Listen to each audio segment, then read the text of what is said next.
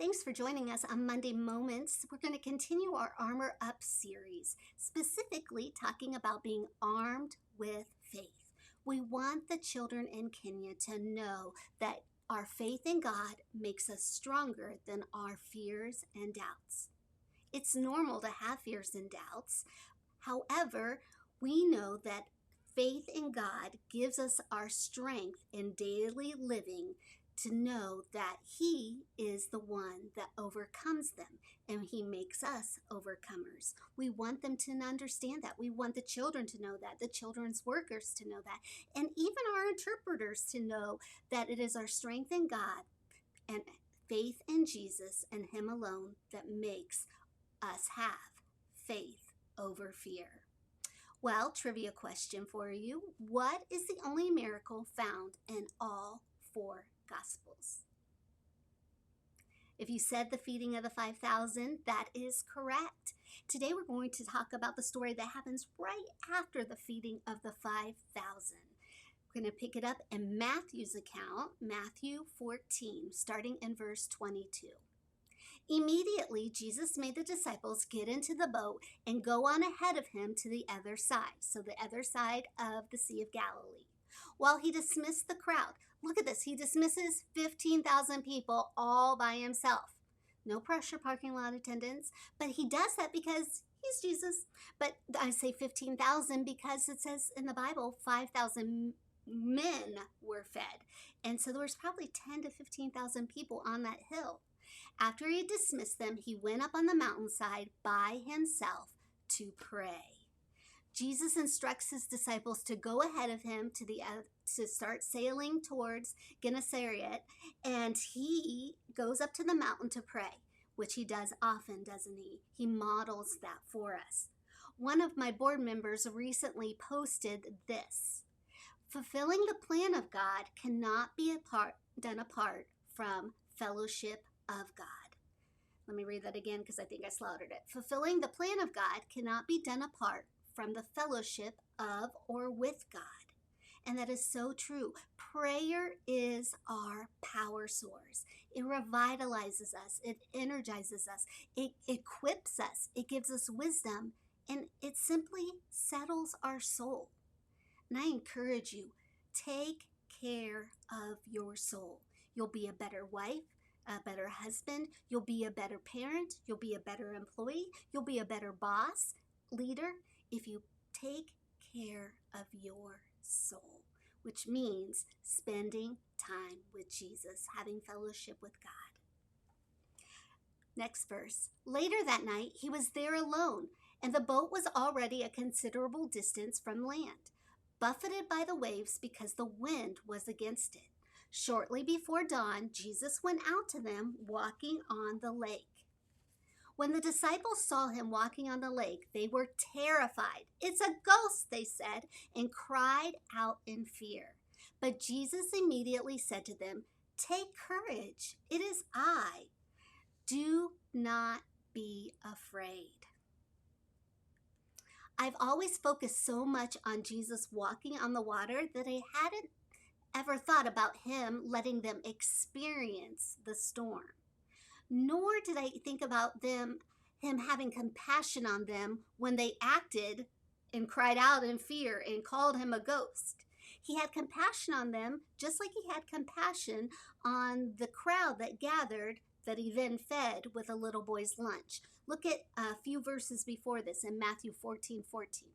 When Jesus landed and saw a large crowd, he had compassion on them and healed their sick.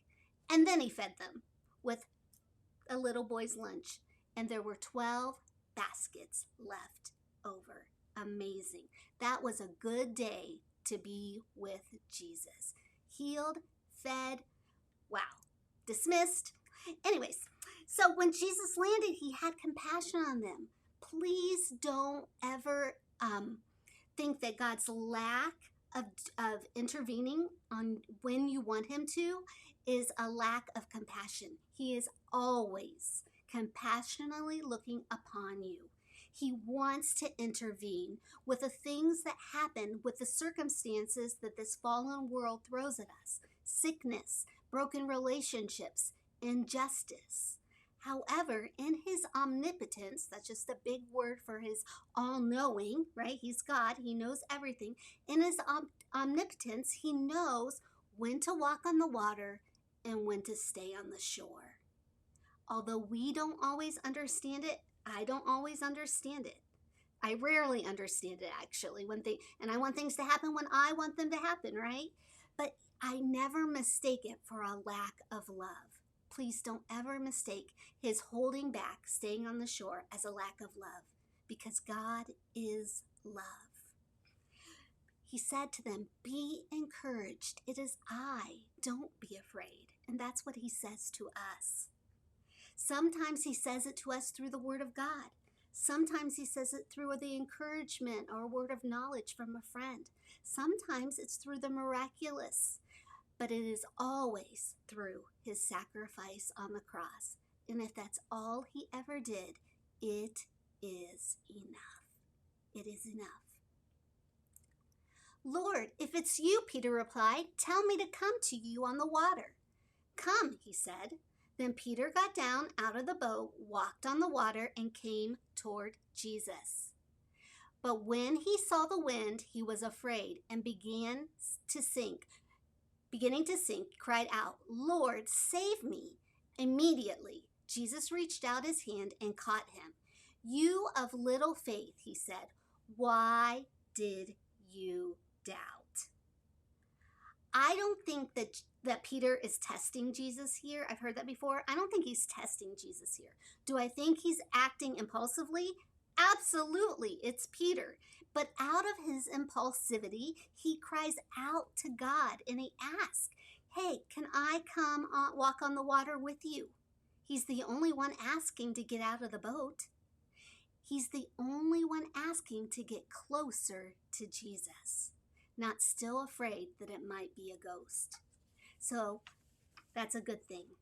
So Peter takes a few steps on the water and the wind begins to blow, and he takes his eyes off of Jesus and looks at the wind, the circumstances, and that's when he begins to sink. This is really not that different than the circumstances that we get our eyes fixated on instead of Jesus. It's just a different context. This could easily be me. Deidre obeyed and followed Jesus. Resistance came. And then what did she do? She became discouraged and she began to doubt. Joe Schmo prayed for God's healing. He fasted for healing. The healing did not come immediately. And what did he do? He became frustrated and disappointed, and he began to doubt. What did Peter do when he began to doubt? He said, "Lord, rescue me." And Jesus grabbed him up out of the water and said, "You man of weak faith, why did you begin to doubt?" Deidre, you woman of weak faith, why did you begin to doubt the call that I have on your life? Joe, you man of little faith, just because I didn't intervene immediately, don't you know? Why are you doubting? Don't you know that I am turning your trial into a testimony? I used to, when I pictured this story, I'm a very visual person, and when I pictured the story, that's what I do with the Bible, I pictured Jesus grabbing him up, right? One of my kids fell in a lake once, and my husband grabbed him and fished him out of the lake. But that's not how I think that Jesus does it. He's not grabbing him. He's grabbing him in. He's bringing him close to him. He's not saying, "You man of weak faith, why did you begin to doubt?" He's grabbing him in, and he's saying, "You man of weak faith, why did you begin to doubt?" He's looking upon him compassionately, just like he looks upon us. We're not in trouble. Peter wasn't in trouble. And it next says, when they climbed into the boat, the wind died down, and then those who were in the boat worshiped him, saying, "Truly, you are the Son of God." Even though Peter, even though Deidre, even though Joe falter, they do not fail. because we still say, Jesus, rescue me. Rescue us, Lord. And he does. He says he rescues us from our disappointments, our discouragement, our doubts, our frustrations, because he's compassionate. He is slow to anger. He is full of grace. He knows that we will look to him, because where else am I going to look? I'm going to look to him because I know, just as the disciples knew, he truly is the Son of the living God. Amen. When have you doubted? When has your doubt been stronger than your faith? Or when has your faith overcome your doubt? Can you think of a time? I encourage you to reflect on that and reread the story of Peter walking on water. Well, faith in Jesus, it helps us. It helps us to defy our circumstances and to walk through and above them. We may not always see miracles, but little by little and every day in every way, faith in Jesus is that. It gives us that. Faith in Jesus gives us a shield of protection against all the things that make us afraid. There's lots of different things. A lot of us have things from our past. A lot of us have things that, just even irrational fears. I have an irrational fear of rodents. Anyone that knows me knows that. And so I know it's irrational. And so Jesus has to help me to overcome that. When I go into my garage, I live in Ohio. It's cold in the winter. If I want to put on my boots, you know what I do? I throw them, I shake them, I do all kinds of things. But that's a step in the right direction, because if he didn't help me, I just would not even do that. I just wouldn't even put on my boots. I just stay in the house all the time. No, just kidding. But fears.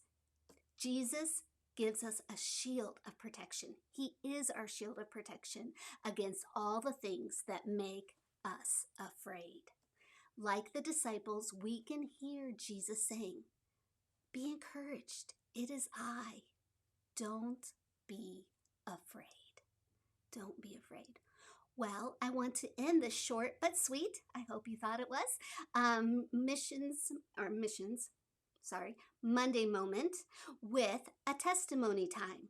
This is not replacing our missions moment or our history heroes, even though we haven't done that for a couple weeks, and we're not going to till we get back from Africa. But, it would be great if this could replace it, wouldn't it? Have a part of a testimony time. And I know in faith that we are going to have that. And I'm going to have tons of praise reports for you when we return from Africa. But now, I want to share a praise report with you that just happened a few weeks ago, and just felt led to share that with you. That I told you a couple weeks ago, I went to Orlando to an evangelist summit. And while I was there, I felt impressed to pray for a specific miracle.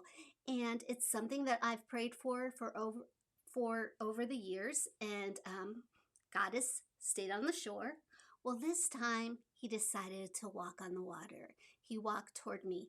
I've had chronic inflammation in my left shoulder, so much, in fact, that I've had to have injections and take medication, and I'm always putting oils and creams and all kinds of stuff on it. And God miraculously healed me. So much, in fact, that I've been doing all kinds of yard work. I have a huge garden, and I have had no flare-ups. I've held my granddaughter as much as I can, which I would have done anyways, but I've done that, and there's not been any pain. God is the great physician. He still does miracles.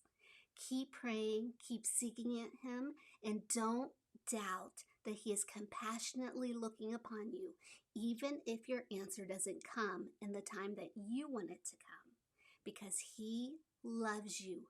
He is truly the Son of God. Many blessings. Can't wait to see you next week. It'll be July, and we'll only have a few weeks till we leave for Africa. Thank you, friends. Bye-bye.